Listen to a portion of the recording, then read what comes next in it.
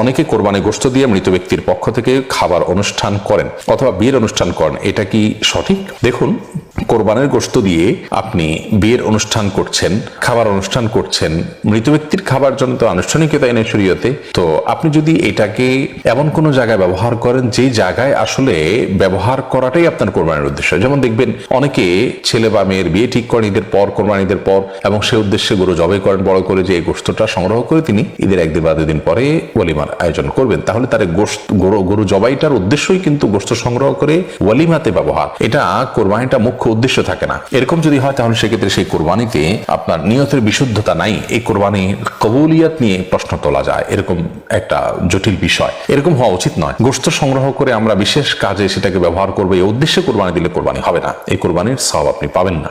বিধায় এরকম চিন্তা আমাদের থাকা উচিত নয়। তবে হ্যাঁ, আপনি কোনো উদ্দেশ্য আপনার ছিল না, কাকতালীয় ভাবে সেটা আপনি করেছেন, তাতে কোনো অসুবিধা নেই, কারণ আপনি এটাকে সেল করেননি বা এমন কোনো কাজ করেন সেলের আপনার সমপর্যায়ের হতে পারে।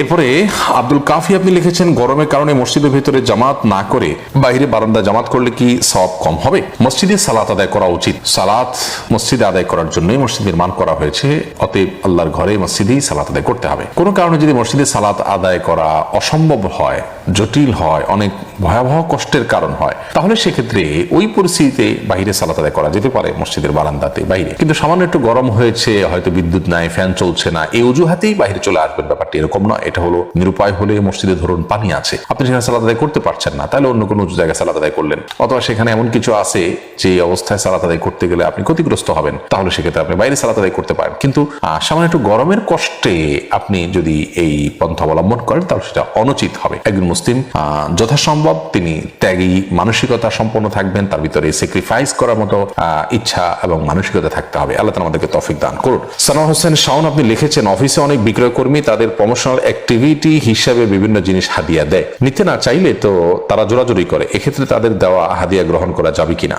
আপনার কোম্পানির পার্চেসিং এর দায়িত্বে আপনি আছেন, এমত অবস্থা যদি আপনাকে সেই কোম্পানির তরফ থেকে বিক্রয় কর্মীরা কিছু দেয়, তাহলে সেক্ষেত্রে কোম্পানির কাছে সেগুলো আপনি জমা দিয়ে দিবেন। আর যদি কোম্পানি সেটা নিয়ে কোনো সে না থাকে, উপরস্থ কর্মকর্তারা আপনাকে এটাকে নেওয়ার পারমিশন দিয়ে থাকে, তাহলে আপনারা নিতে পারেন, ভোগ করতে পারেন, কোনো অসুবিধা আপনার যেটা জায়েজ আছে।